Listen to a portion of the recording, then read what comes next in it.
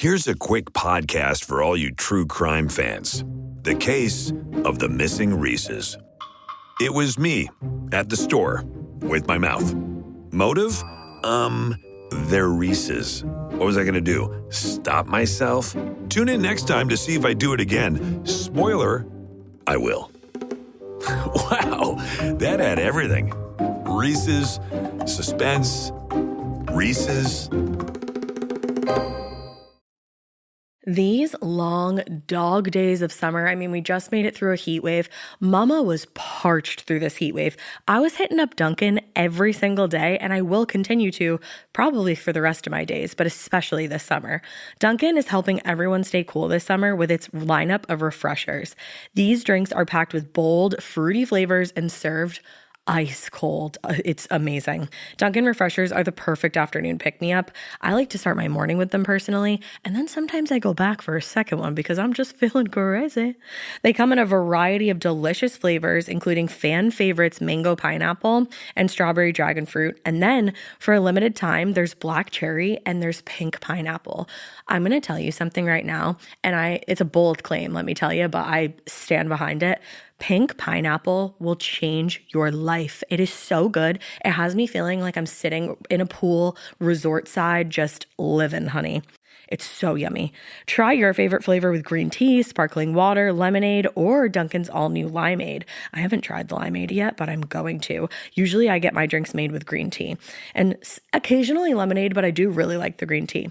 Or if you don't want to build your own, try one of Dunkin's curated refreshers like the Cherry Lime Ricky or the Ultimate Pink Daydream. The Cherry Lime Ricky, scrumptious. I could drink like 3 of these a day. They're so freaking yummy.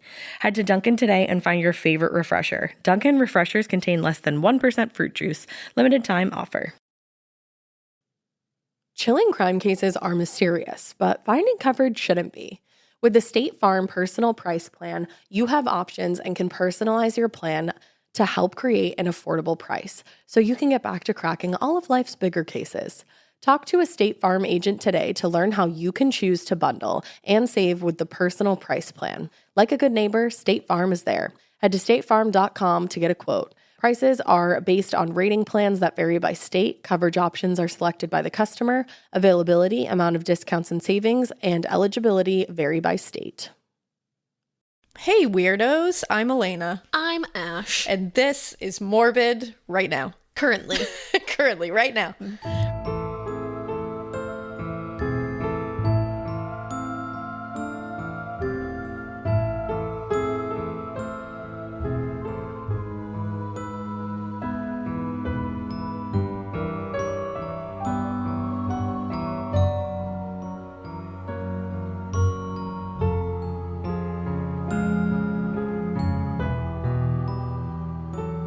We're here. Brought to you kind of live, but not at all. Not at all. No, it's not. Not even a little bit. Pre-recorded. This is very pre-recorded. Psych. It's edited. Gotcha. But yeah, hey, what's going on? Everybody's not sick anymore, so hello. Hey. And guess what? It never happened for me. It didn't really happen for me either. You hear that knock? That was me. That little knock on the wood? Yeah. No, I got a scratchy throat for a few days and that was it. I had my throat never even got like scratchy. It was just like, am I gonna get scratchy? Like, you know what I mean? Mm-hmm. It was like mine was hanging on the precipice of being a sore throat, but it never was. So that would be a great book. The Precipice of a Sore Throat. There's a book I want to write. There you go. The Precipice of a Sore Throat. I don't know what it's going to be about. But a really good short story. Yeah, there you go. At JP. At JP, my brother. My uncle. Confuse people more. Yay. But I think there's, everybody is clearly still very focused on what's going on with the Gabby Petito investigation. Not a ton of like concrete stuff has happened.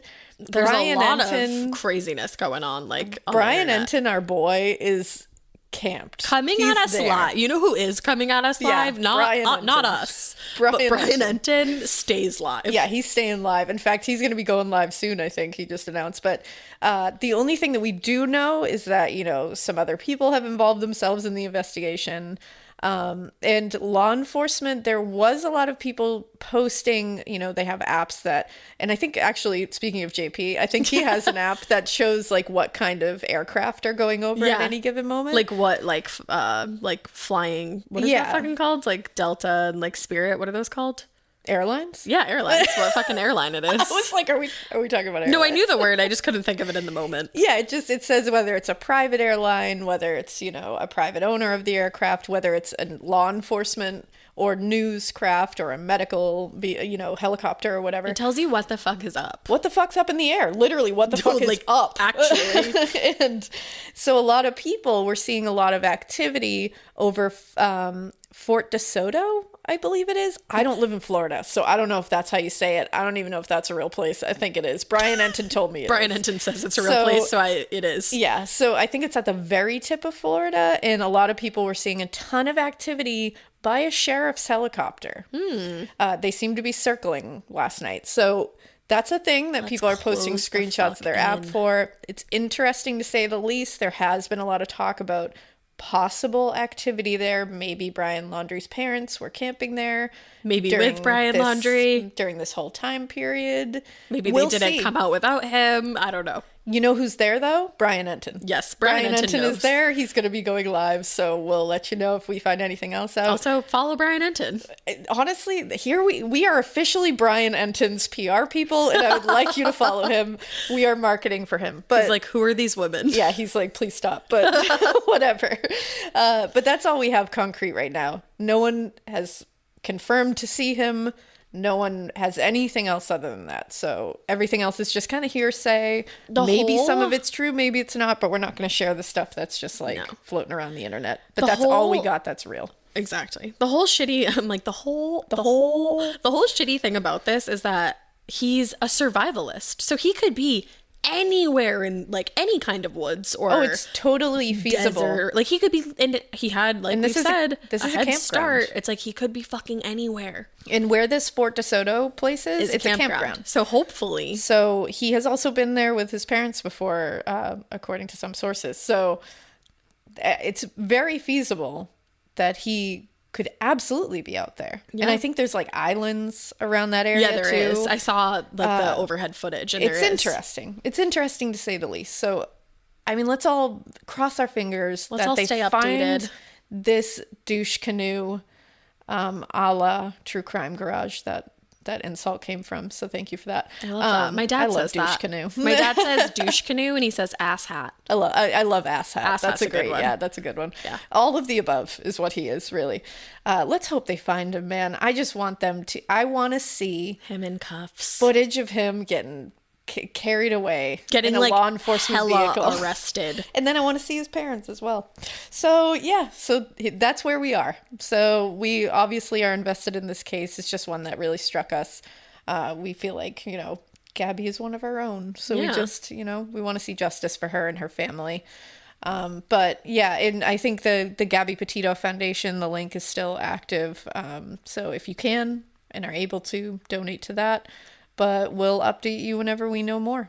Yeah, and in the meantime, I have a wild case for you that was actually, so I started doing this, and then I was like, I wonder if anybody suggested this, and I popped in our email, and it was like super highly requested. Really? Yeah. I'm excited to hear this. So this is the case of Ellen Greenberg. It sounds familiar. I think once I start kind of getting into it, because I think you'll recognize it maybe, because I kind of started to recognize it, and I could never pinpoint if I had like seen anything about it before. But or if it was just like in passing. Yeah, exactly. So let's get into it.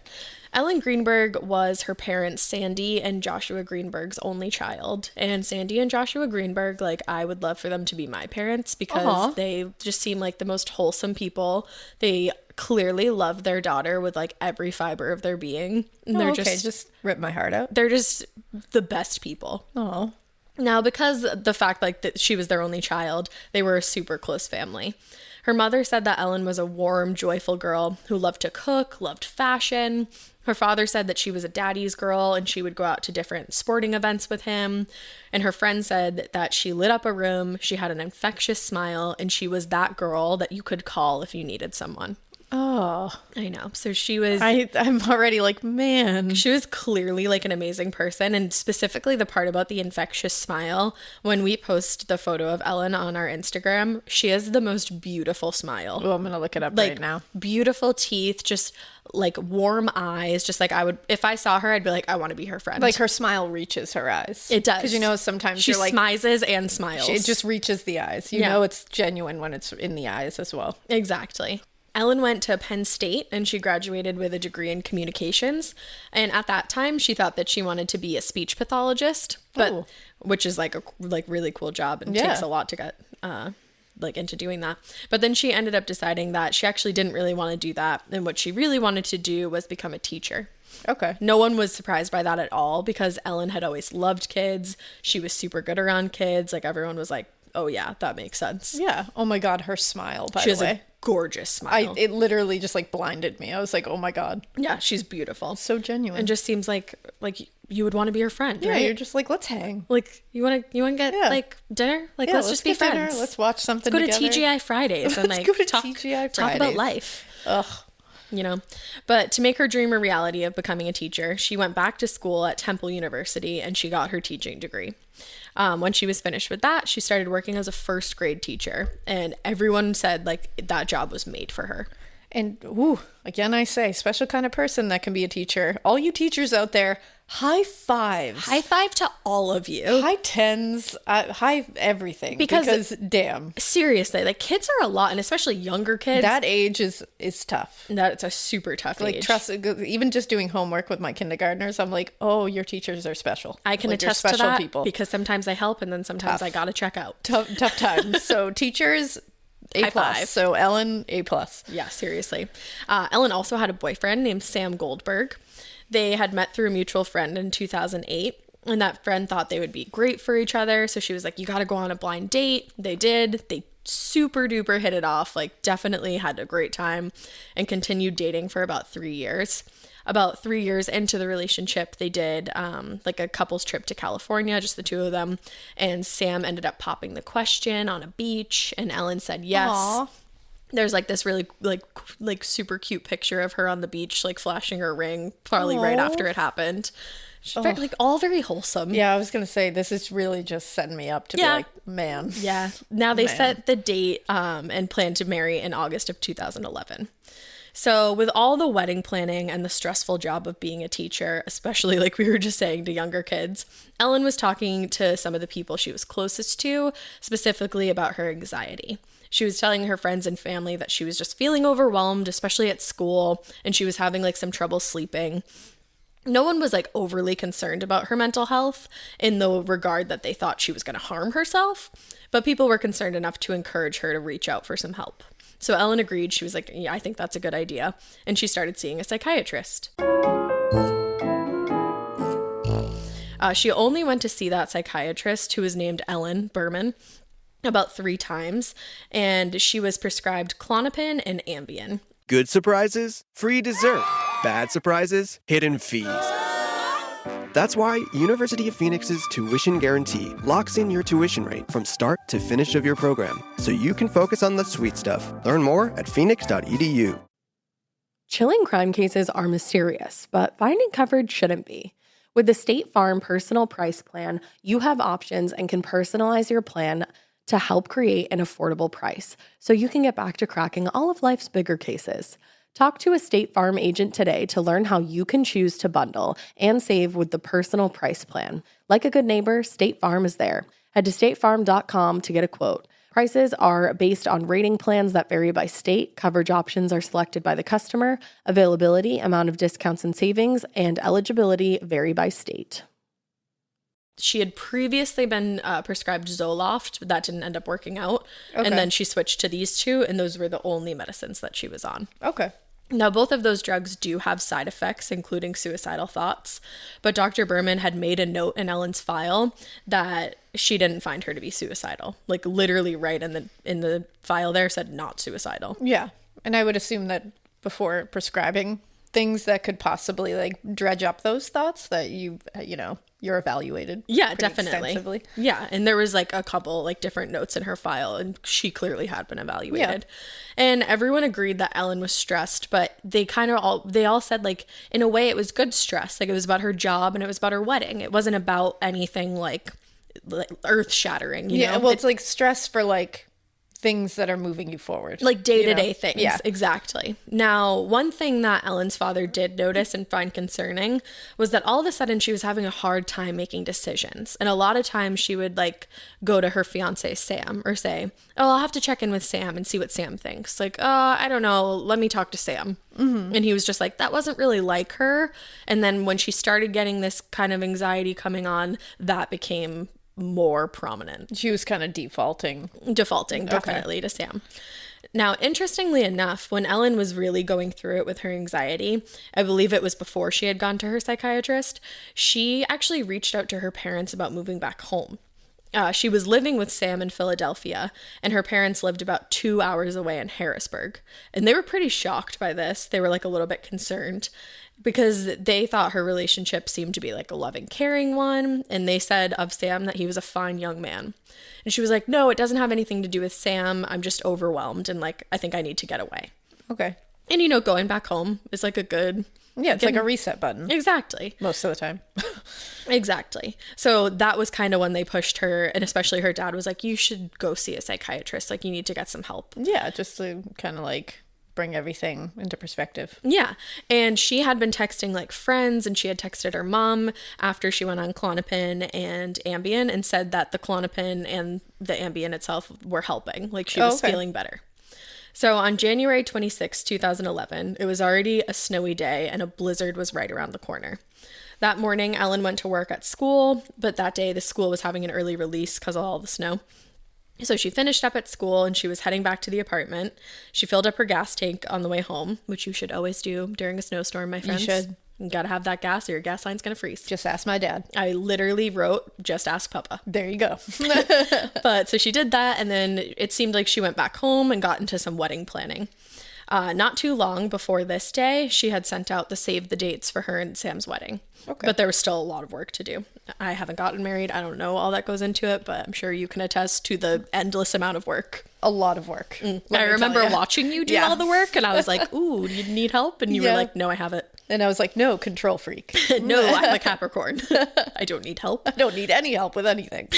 But Ellen... Still that way. Ellen, yeah, right. Ellen was doing the work and figuring out the wedding. And during this time, she was like texting with her friends. She had talked to her mom on the phone. Sounded like a pretty typical like snowy afternoon. Nothing out of the ordinary. Sounds great, to be honest. Yeah, it really... Sitting there doing some wedding stuff, talking to friends and family. Snowing outside. Like, snowing outside. Yeah. And at some point, Sam had come home and headed out to the gym, which was like in their apartment complex. Oh, okay. Like in the property. Unfortunately, later that day, 27-year-old Ellen Greenberg was found dead on her kitchen floor. Her fiance, Sam, was the one who discovered her body when he was finally able to gain entry to the apartment. So like I said, earlier that evening, Sam had gone to the gym, but when he came back home, the apartment door was locked. Now, he had a lock for, like, the lock on the doorknob, but the apartment had the extra security feature that, like, a lot of hotels have. Like that kind latch. of, like, swing bar, I think it's called. It was on the top of the door. It's, like, got that little ball that stops the door from opening. So that bar was locked, and Sam couldn't get in because there's no way to unlock that from the outside, or is there? Anyways. Oh. He texted Ellen and he started like yelling into the apartment for her, which neighbors did confirm hearing, but he wasn't getting any answer and he was starting to get like more and more irritated. So he first texted her and said, hello. And then he texted, open the door. Then, what are you doing? Then, I'm getting pissed. Then, hello. Then, you better have an excuse. Then, what the fuck? Then, then you have no idea.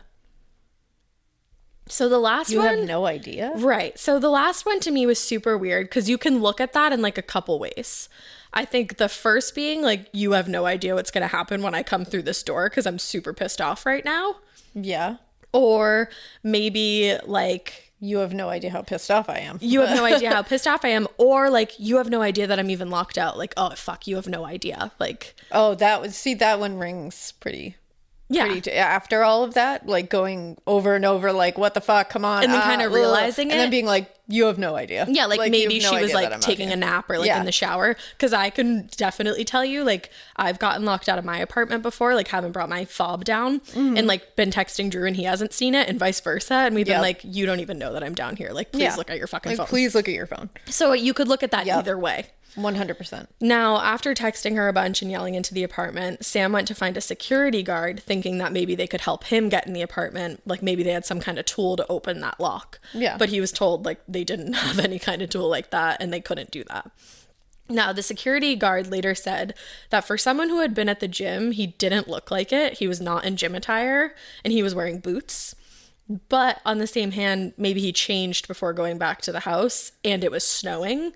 Well, I was he going put to his say boots on. it's snowing. Right. So that's not like super weird, but they did want to point it out. Okay.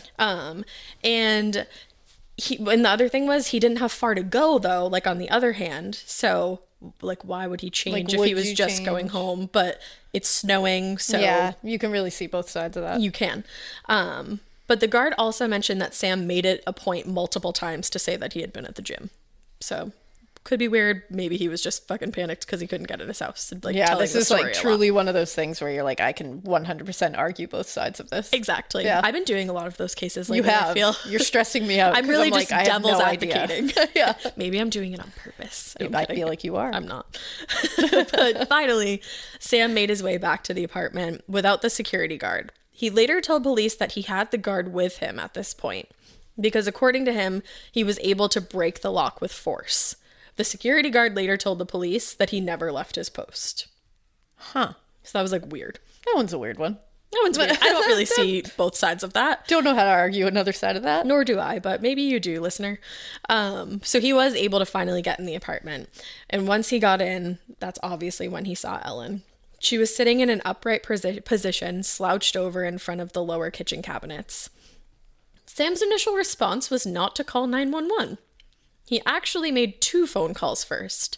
One was allegedly to his uncle, who happened to be pretty well connected in the judicial system. And Okay. And then the other was his parents. So they were already on the way there when Sam called the police at 6:33 p.m. It had been an hour since he started trying to get into the apartment. Wow. So the 911 operator told Sam that he should perform CPR until the EMTs and the ambulance got there and that they would walk him through it over the phone. Okay. His response to that was, "Do I have to?" Can't. Okay. Like, I guess you would I mean, she's probably like covered in blood at this point. He's probably freaked out and is assuming in his head that she's dead, but I don't know. It's a weird thing to say. I'm just going strictly off of me. And I what don't you would know do how if you saw anyone John else in that would react position. in this. If that was John, I would be doing everything I could to revive Exactly. him. And it would not deter me whatsoever. No. Whatever. And that's me too But with again, Drew. me. Right. And I'm again, not going to say everybody listening or everybody around the world would do the same thing. and we've never been in that situation, so sometimes your brain does weird shit. Yeah.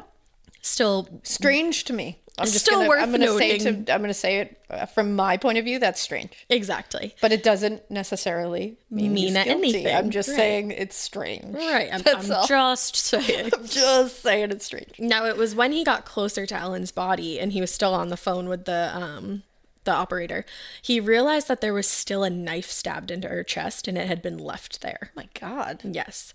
When he told the operator, they told him not to do CPR. Like, at that point, I think it would have interfered with something. Well, you never want to pull the knife out. Right.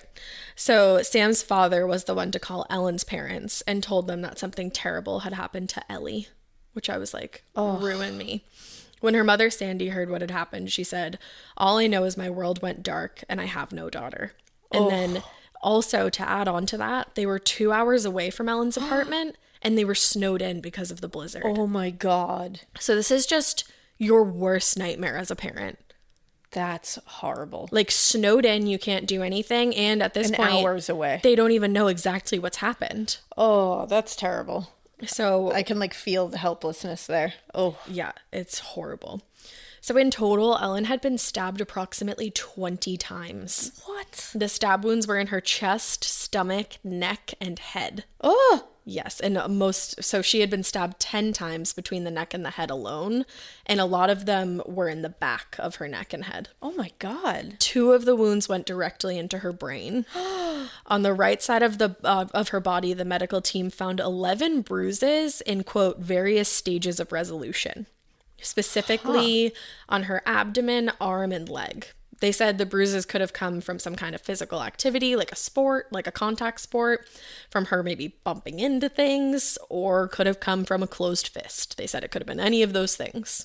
Man. Yeah. But the various forms of like healing resolution was weird to me. And Ellen didn't play any kind of sport where she would have gotten bruised. If she played contact sports. And the areas where they were, like, bumping into that many things, I don't know. And just the fact that they were all in different healing stages said a lot to me. And I'll leave it at that. They also made note that there were no defensive wounds suffered, and that would later become a huge point in this case. Ellen was pronounced dead on the scene at 6:40 p.m. Oh, man. There was no suicide note left at the scene, but almost immediately, the investigators on scene looked at this death like a suicide. I'm sorry, what? She was stabbed in the back of her neck and head 20 times overall, 10 of those being to her neck and head. One that went literally through her skull into her brain. Like, literally into her brain. Okay. Yep.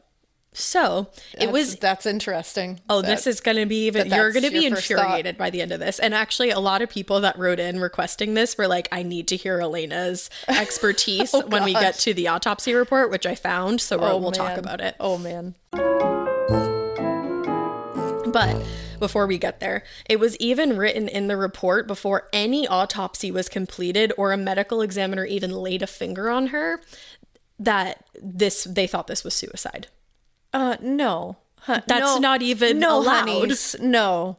You let the body speak. Right. The body speaks for you. That person speaks for that. Like, you don't know. You don't just assume because it makes an ass out of you and me and everybody in Philadelphia. Especially when there's no suicide note. There's no clear indication. It's like, no. What? No. Right. So the main reasons that they thought this was a suicide was because the fact that there was no forced entry into the house and the door had been locked on from the inside. Like, remember the hotel bar lock? Yeah. Ellen and Sam's apartment was on the 6th floor, so it would have been really hard for someone to gain entry through their back balcony. And just to be sure, they checked the snow for prints and they didn't find any. Okay. Again, no defensive wounds on the body, so that was another reason they looked at it like this. They checked, I have thoughts, but I'm not going to say it. They checked the security cameras from the apartment's lobby, and there were no suspicious people in or out of the apartment that didn't live there. Unfortunately, though, there weren't cameras in the hallway leading to Ellen's apartment. Come on. So they couldn't look at that. But one of the main things that was even later mentioned on the autopsy was Ellen's history of anxiety. Okay. Anxiety, not like anything else. The investigators believed that because she was on the medicine she was at the time of her death, and by the way, those were the only drugs found in her system. Nothing else was found. But they believed that because she was on those 2 drugs when she died, that those are the 2 things that could have caused this suicide. Literally nothing about this rings as a suicide to me. Literally 20 times she was stabbed. And in the head and neck, the back of the head and the back of the neck. Yeah.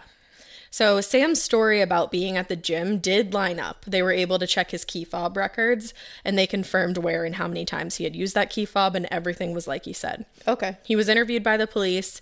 They said that he was cooperative, and he was let go. Then later down the line, he didn't really talk about it, and he got an attorney. Okay. But which that's your right, and that's a smart thing to do. I was just going to say, and is very recommended in that situation. And the fact that he talked first. Yeah. Getting scared is one thing. Getting a thrill is, well, you want more of those in your life. The Genesis GV70 is built to thrill, baby. A thrilling yet elegant design always makes driving the GV70 an exciting adventure. Its powerful athletic stance screams performance and turns heads. Everybody's looking at you, girl, or boy, or whoever. Command the road and experience a class-leading standard 300 horsepower, oh my God, Plus, discover the different dynamic drive modes for all different terrains. Choose between the different terrain modes for whatever road conditions you may encounter. The Genesis GV70's award-winning technology and performance lets you drive with comfort and drive with confidence all at the same time. It's an exciting SUV with intuitive tech that can make your ride smooth even when the road isn't. And its blind spot cameras allow you to see what's next to you. It's like having eyes on the side of your head. That's pretty iconic. Its performance, by the way, is measured not only in power, but in how it makes you feel confident, sexy. The Genesis GV70. Learn more at genesis.com and feel the GV70.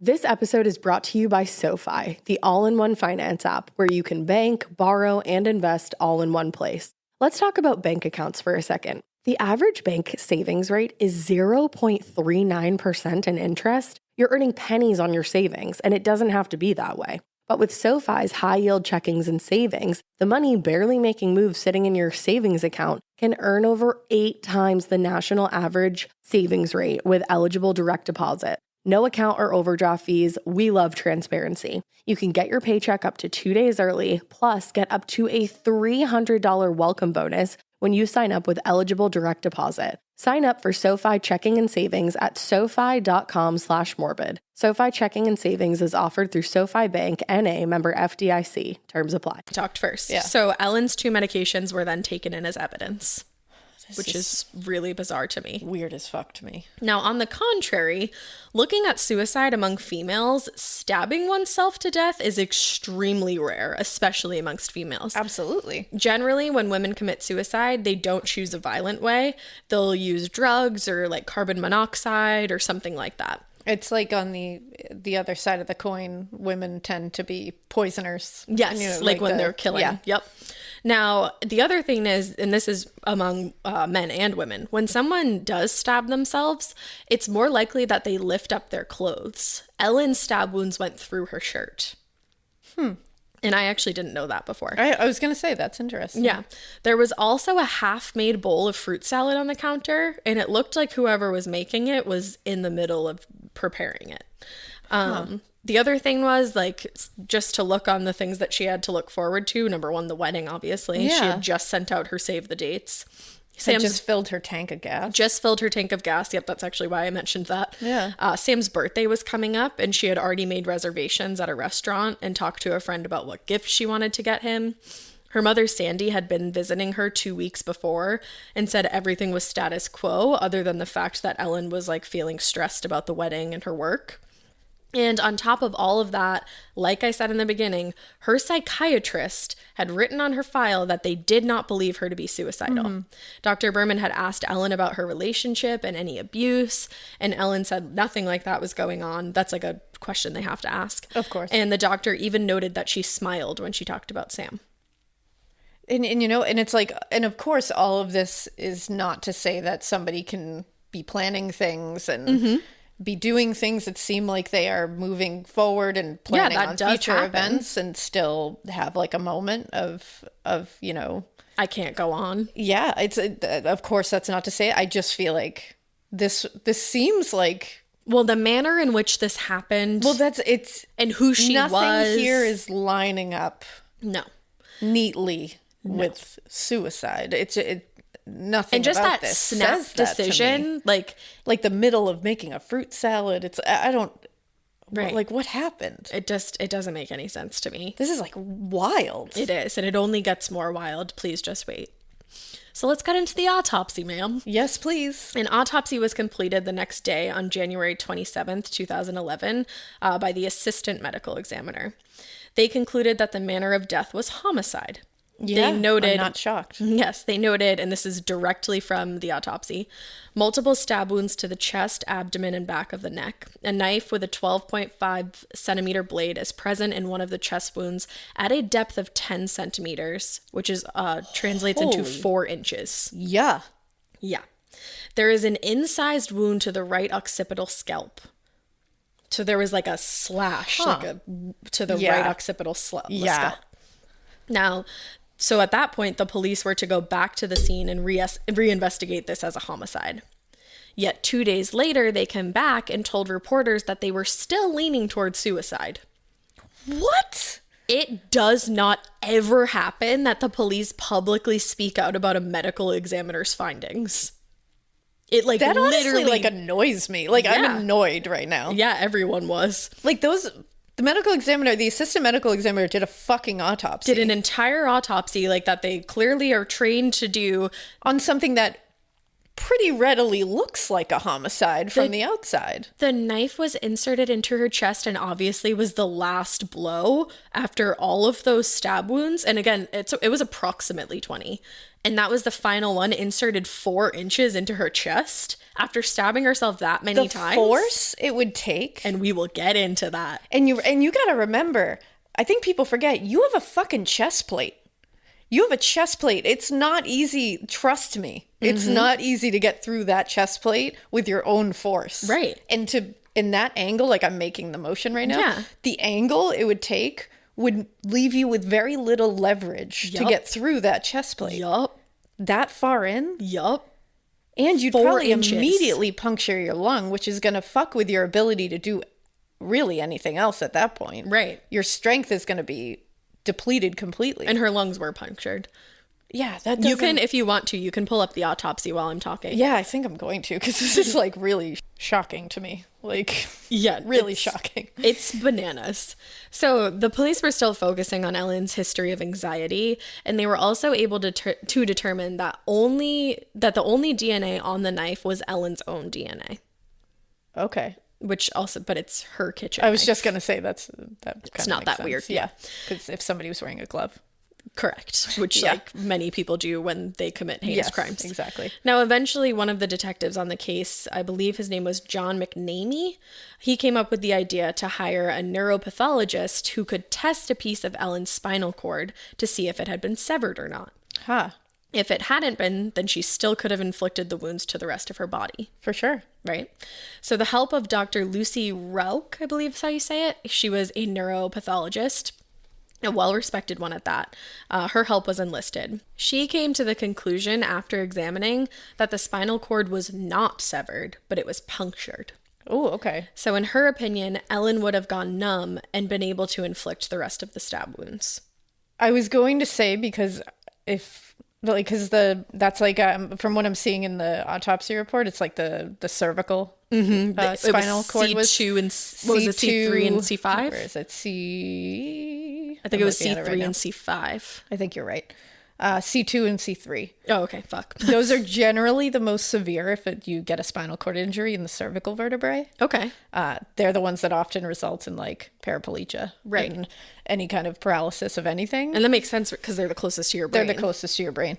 And they can also flank, like there's the whole like C5 stay alive. Anything below the C5 is going to keep you alive. Anything above it has a tendency to be more severe because it can affect the nerves that like flank your lungs and flank your diaphragm and control your breathing. And it can get like really hairy from there. So if those were punctured, then there's like a possibility she would be numb and at least feel some kind of paralysis.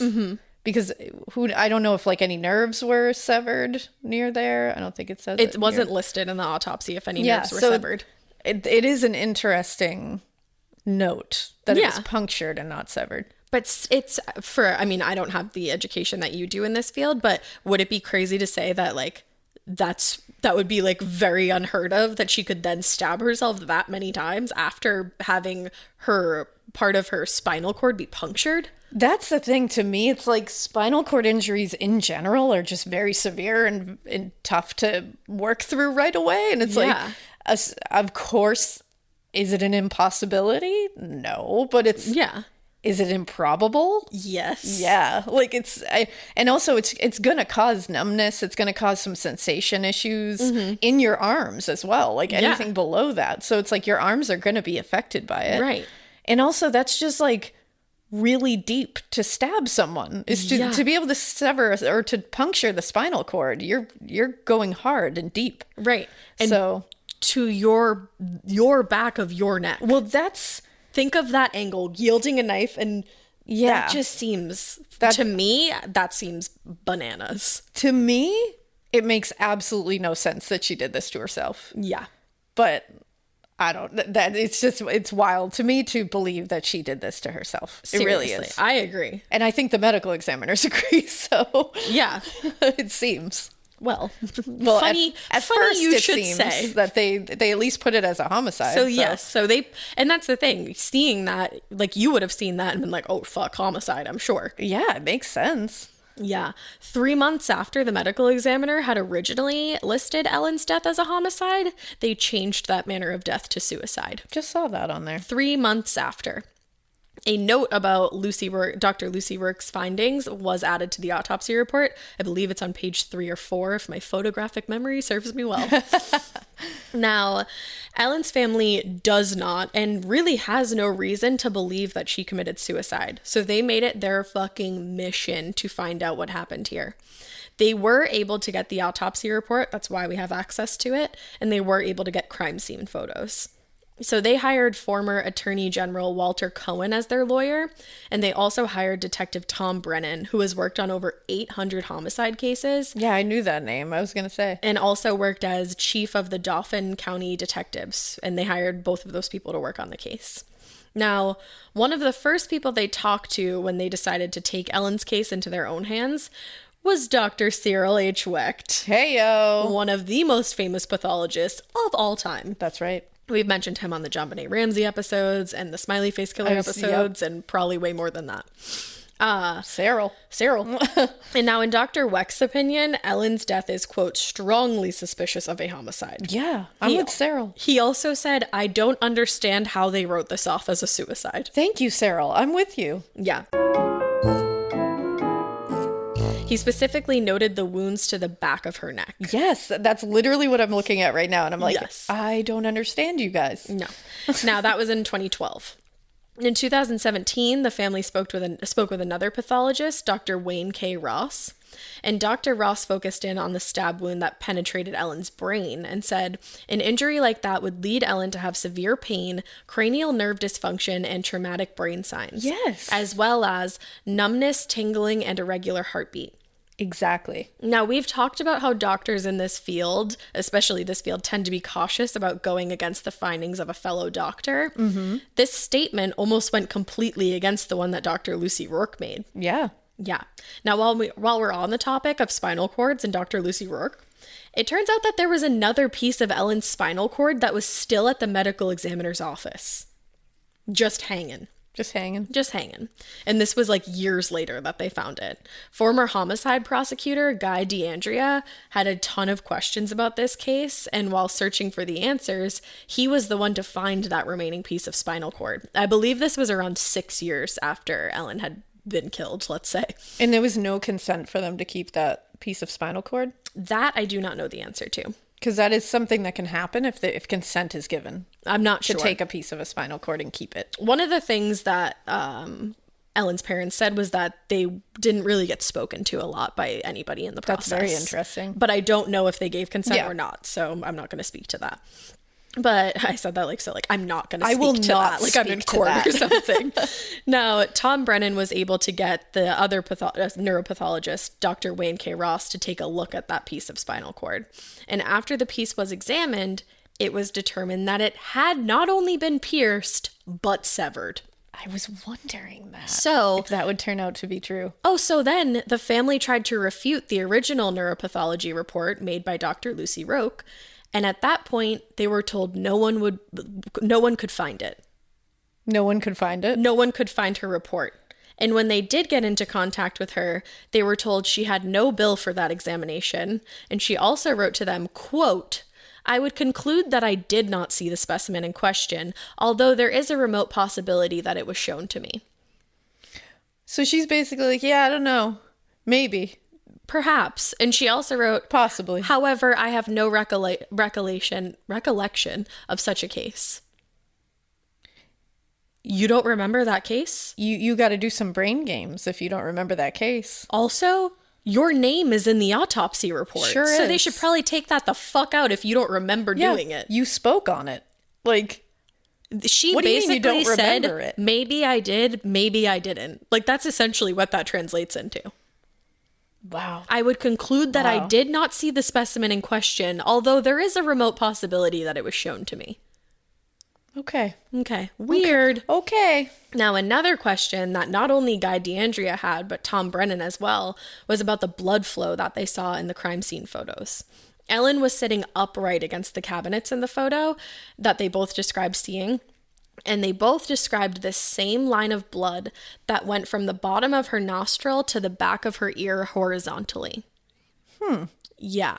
DeAndrea that points suggests out a way of sitting. that defies gravity. It certainly does. There's no way that I was your just blood gonna flows say. horizontally. Because of gravity, your blood flows down. Sure does. So had she been in that position when she was bleeding, It would have gone down. would have gone into down. her mouth. Right.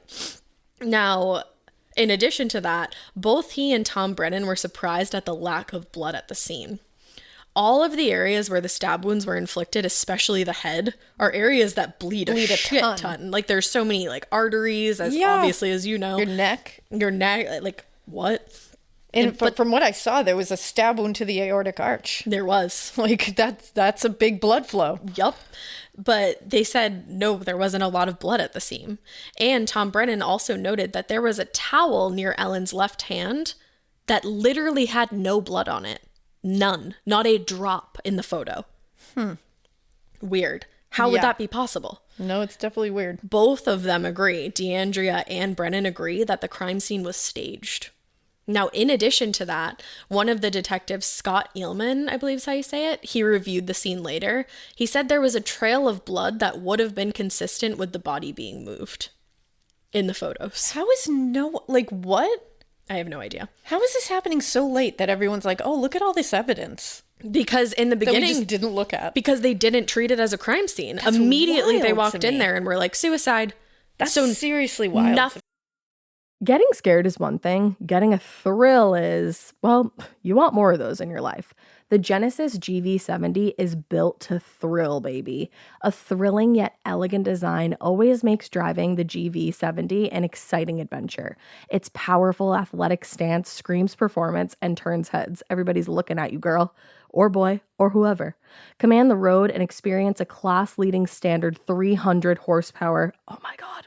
Plus, discover the different dynamic drive modes for all different terrains.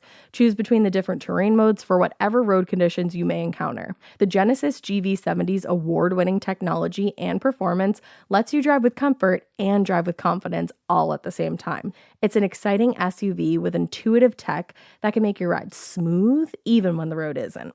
And its blind spot cameras allow you to see what's next to you. It's like having eyes on the side of your head. That's pretty iconic.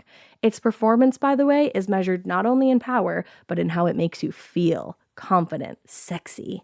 The Genesis GV70. Learn more at genesis.com and feel the GV70. This episode is brought to you by SoFi, the all-in-one finance app where you can bank, borrow, and invest all in one place. Let's talk about bank accounts for a second. The average bank savings rate is 0.39% in interest. You're earning pennies on your savings, and it doesn't have to be that way. But with SoFi's high-yield checkings and savings, the money barely making moves sitting in your savings account can earn over 8 times the national average savings rate with eligible direct deposit. No account or overdraft fees. We love transparency. You can get your paycheck up to 2 days early, plus get up to a $300 welcome bonus when you sign up with eligible direct deposit. Sign up for SoFi checking and savings at SoFi.com/morbid. SoFi checking and savings is offered through SoFi Bank, N.A., member FDIC. Terms apply. Was really taken into custody other than her medication, which she had for anxiety purposes.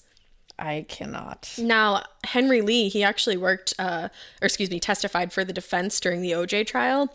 He looked at the crime scene photos showing where Ellen had been found and said, quote, "The number and types of wounds and bloodstain patterns observed are consistent with a homicide scene." Yeah. Duh. No luminol testing was done to see if there was any blood that could have been cleaned up. So this scene could have been fucking scoured. Oh, for sure it could have. And I didn't know anything about the time of death or anything like that because she was just pronounced dead on scene. So it's really interesting to me that everyone else who's looking at this that's not on this police force is like, yeah, this is a homicide. But they literally walked into a woman who had been stabbed 20 times and they were like, oh, suicide. And it's like, yeah, and I just can't get past the stabbing in the back of the head and the neck. It just doesn't. It just doesn't make any sense. And especially like you were saying, the final stab wound to the chest, that the knife was inserted 4 inches into her chest. Yeah, that's wild. Right? That's really wild to me. Now, Tom Brennan, and like everybody else in the world probably, believes that Ellen Green was murdered in what he calls a blitz attack, meaning that someone came up behind her and incapacitated her almost immediately, which would make sense when you see that her spinal cord was severed. Immediately, she would have gone numb, tingly, and would be consistent with the lack of defense wounds. Yep, because she wouldn't have been able to fight back. So they were and sitting if she's there. got a ton of bruises on one side of her body. Boom. Boom. They're sitting there saying that she committed suicide because there's no defense wounds. Her spinal cord was severed. That's why there's no defense wounds, because she didn't have any time to fight back. And again, any spinal cord injury is going to incapacitate you in some way. Almost it doesn't mean you are immediately, paralyzed, but it means you're going to be like fucked up. Like it's Yeah. not going to be an easy, you can just fight back as hard as possible. Right. Like it's going to mess you up a little bit. Exactly. And not only that, she was also punctured in the brain twice. Yeah, exactly. And it's like that can cause like seizure activity. All of that any together, amount of hemmorrhaging in the things. brain, like... Oh, this is just like... And then the other thing is, remember the half-made fruit salad on the counter? Yeah. He was like, yeah, she could have been preparing the food when somebody attacked Came her from up behind behind. her. And that's exactly what that scene says to you. Yeah, it sure does. And the neuropathologist that he worked with, Dr. Ross, also found evidence of scratch marks and fingernail marks near her throat, as well as a hemorrhage near her throat that would have been indicative of manual strangulation. This is like very infuriating. Yeah. This is infuriating. I felt like I was a crazy person. To me, someone got away with murder here. Not even Very to you, clearly. like somebody got away with murder. Very clearly. Period. Yeah. Now let's talk about the locked door, because that is interesting. Like, how did somebody get in? Yeah, In the for beginning, sure. I was like, honey, they can. Yeah. So Sam said that he had been able to break into the apartment basically just by using force. Brennan reviewed the photos from the scene and saw that the lock was still intact except for one screw. So basically, he bumped out one screw and was able to get in. He believed that if Sam had really used force to open the door, the entire lock would have come off out of the door. Who knows? Yeah, I was going to say I can't speak to that. I have 'cause no idea. But one of the reasons why the death is listed as a suicide was the fact that the door was locked from the inside. So they were like, no one could have gotten in and killed Ellen and slipped out back into the hall. Well, both DeAndrea and Brennan pointed out that you can just YouTube how to open that kind of swing back lock from the outside, and there's plenty of ways to do it. I watched 3 videos on it. In one video, they tied a string to like the top and bottom of the lock, and then you can pull the ends outside of the string and it unlocks the door perfectly. Wow. It pulls the string back so that the ball hinge doesn't get in the way and you can open the door easily.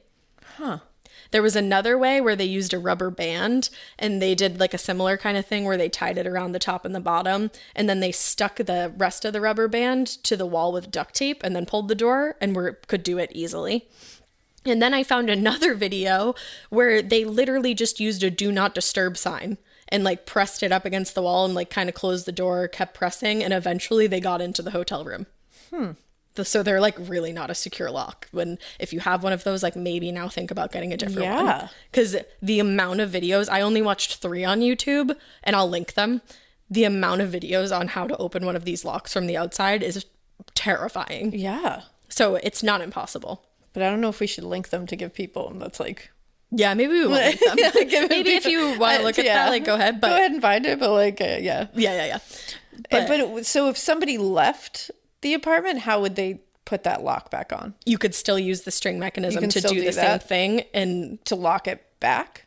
to lock it back. But then I guess the question would be... Because that's my question is like, how do you lock it from the outside? But the thing was it ever locked from the outside? We don't know because he broke down the door. That's the thing. We're just going off of Sam's Yeah. So story. actually, I don't know, because realistically, if you did, the string would be left there. That's true. But was that ever really locked? I don't know. That's true. Who knows? I don't know. Not me. Now, Ellen's parents filed a request to see if they could get access to her file. That request was denied. What? The police commissioner's office did allow them to go in and review the paperwork in her file. Their child. But so they were allowed to go in and review the file, but the downside to that was that it had to be just them, and they couldn't make copies of anything or call their lawyers while they were there to help explain anything noted. So essentially it was a huge waste of their time. Because if they can't understand something, it's like... Well, and like even reading that autopsy was difficult for me. That's like a different language. Like, of course. It's a totally different language. So you're just going in there being like, I hope I get this? I don't know. So they went in and they were like, we didn't know what anything meant. Yeah. Like, why would we? Of course not. Which was incredibly frustrating. They've tried to have Ellen's case reopened, especially after they've gone to these multiple experts and were told, most of this evidence is indicative of homicide, but their requests have been denied time and time again.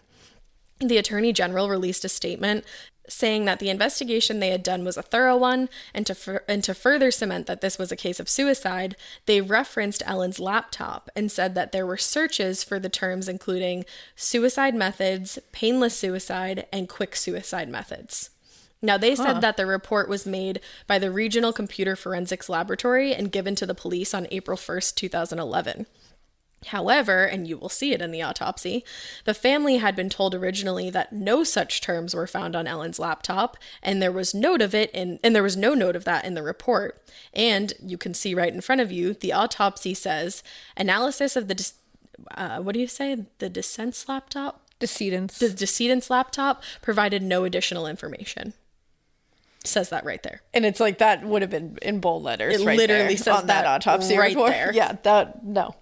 So when they were questioned about this, the Attorney General said that his office wasn't the one to find it. So, quote, we cannot say if anyone, police or prosecutor ever looked at it.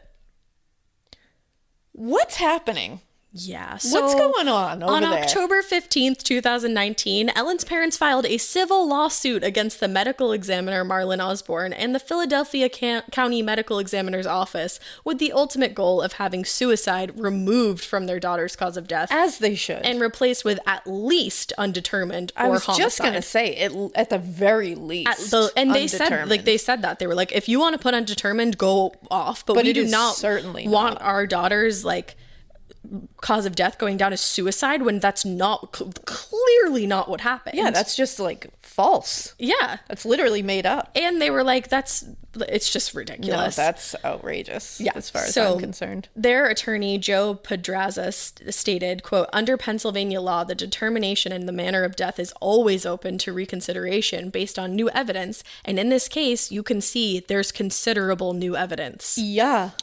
There is in fact new evidence as recent as 2021. What? Now, give it to me. Oh, honey, just fucking wait for this. Joe Pedraza says that there's new forensic evidence that proves Ellen could not have stabbed herself 20 times. So they were able to use a process called, I might fuck this up, photogrammetry, I believe is how you say it. It's the art and science of extracting 3D information from photographs. So in this case, they were able to do this with Ellen's wounds and how the knife would have entered each one.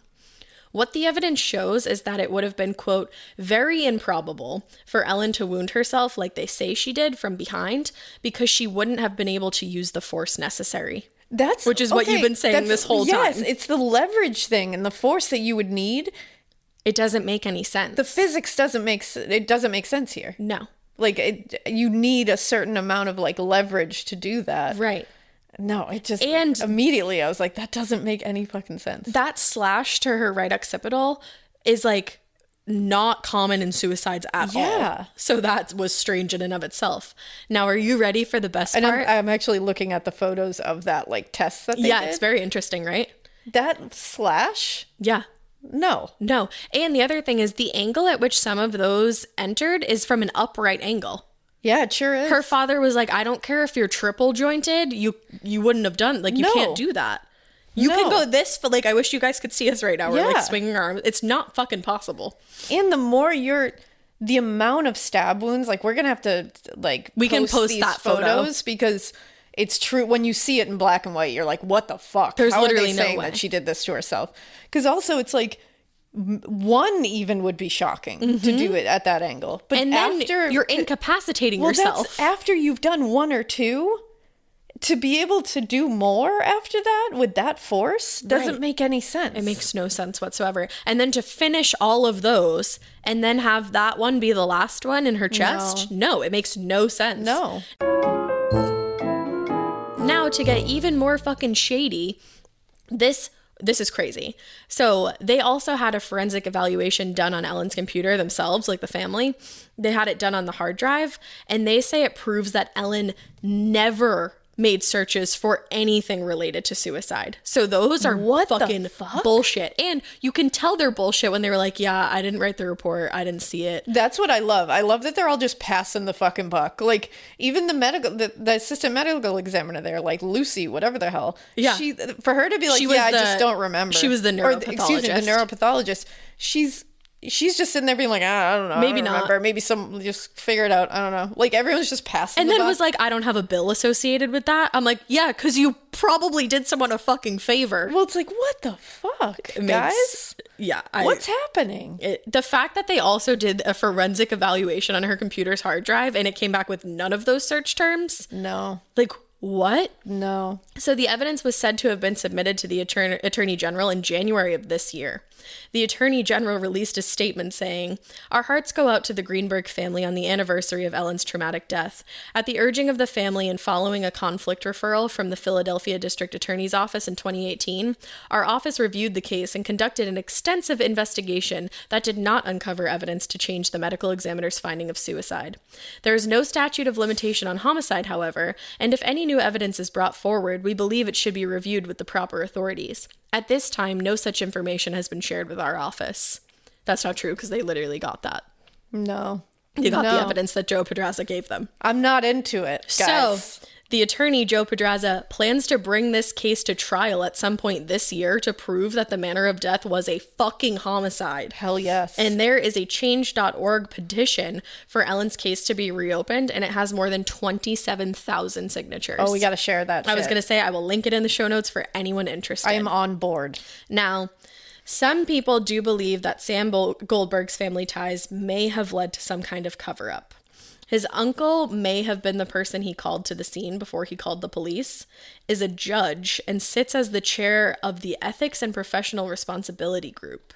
He was also appointed by the governor to the Court of Judicial Discipline in 2018. I'm not saying that Sam Goldberg was involved in any way, shape, or form. I'm simply just reporting what other people believe to be potentially true. Okay. He does have a criminal record in Arizona. A lot of the violations are just traffic violations and one charge of providing liquor to minors. And he was also evicted by one of his landlords while he was living in Arizona. The landlord tried to bring 9 civil judgments against him. Okay. Which is interesting, just worth noting. These days, Sam is married with children and he's living somewhere else. I'm not even going to say where he lives because that's not fair. Yeah, and there's nothing violent in that past. There's nothing violent in that.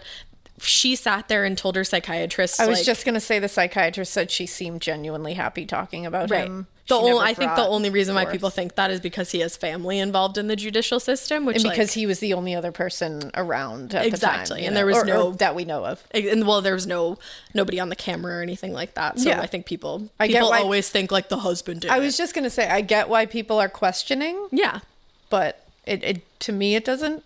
It doesn't make sense. To me, there's just not enough. I can't sit there and say that I believe that we could even question that. But I wonder what she was so stressed about, and the fact that there was bruises of like various healing points. I'm like, was somebody else hurting her? Yeah, I don't know, because then I look on the other side and I'm like, I have like a history of anemia, and I bruise like a grape, but all specifically to the right side them of her body, and there was 11. Yeah, I mean it's shocking. It's it definitely is, but then you have to look at both sides. Yeah, because there's times, there's been times where we're like, where the fuck did this bruise come from? Alaina had a bruise on her neck the other day when we were recording, and I was like, pause, and she's like, what? I'm like, what the fuck is on your neck? And it was a huge bruise. Yeah, and I was like, I genuinely don't know where that came from. So it does happen. So because she could have been anemic.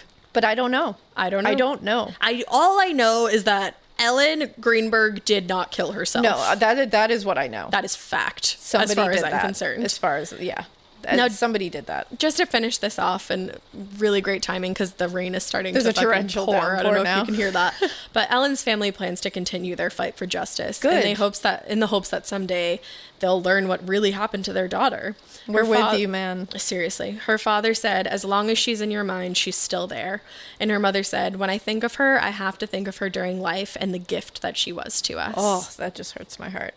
So, oh my God, I want to help these people. Sign that petition Yeah. because she was not murdered. No. Excuse me, she did not commit suicide. No, she was murdered. She was murdered, and that family deserves to have fucking justice. Peace. That's wild that they haven't been able to. And this is just like another form of just like torturing them. Of course it is. They have somebody's walking around who did this. So I hope we have some kind of update because the attorney did plan to bring it to trial later this year. Yeah, we got to have an This year's update. almost over. Let's go. Come on, guys. Let's make this happen because this is like infuriating. I told you, I got to Alaina's house this morning and I was like, you're going to be pissed when I give my case today. And I was like, don't tell me anything. I don't And I want was to like, know. okay, it's going to be really hard though. Can we go upstairs and record? Oh my God. I'm infuriated. It's insane. It's So- insane. And you guys are going to be even more infuriated when you see the picture we were talking about. Oh, when you see it right in front of you, you're like, no. Like, No. literally I don't know no. how anybody thinks that's possible. No. Well, we hope you keep listening. And we hope you Keep it weird. But that's weird that you walk into a crime scene and you're like, oh my God, I don't even want to look at any of the evidence that's sitting right here in front of me. Like, even though that's my job, I think it was suicide. Gotta go by. Yeah, don't do Don't that. fucking do that. Let the scene speak to you. Let the body speak to you. Keep it that weird. If you are professional, of course. Yeah. Bye. Bye.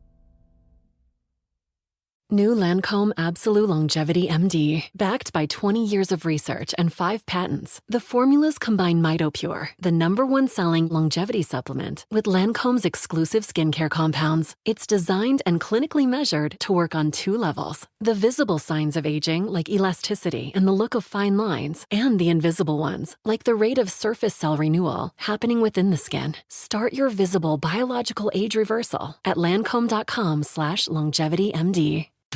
Girl, let's get real. Some pads are just diapers with a good PR team, but not the new Kotex BioCare. That's because Kotex BioCare helps defend against odor and irritants. And it's the first and only pad with this pH proactive system that helps optimize the pad's pH. Just think of it as self-care for down there. Check out Kotex.com for more details on the all-new Kotex, completely redesigned to meet your needs. You asked, we heard.